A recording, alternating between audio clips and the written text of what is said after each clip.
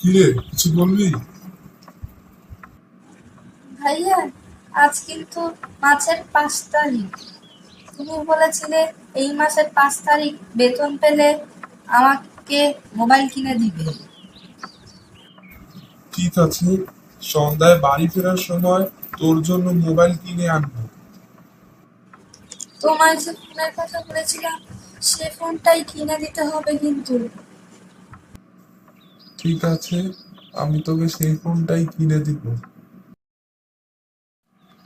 তুই তোর বোনকে কিসের ফোন কিনে দিবি?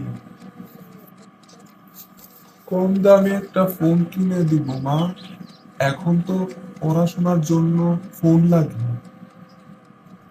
আমার মনে হচ্ছে তুই আমায় মিথ্যা কথা বলছিস। সত্যি করে বল, ও তোর কাছে কত টাকা দামের ফোন চেয়েছে?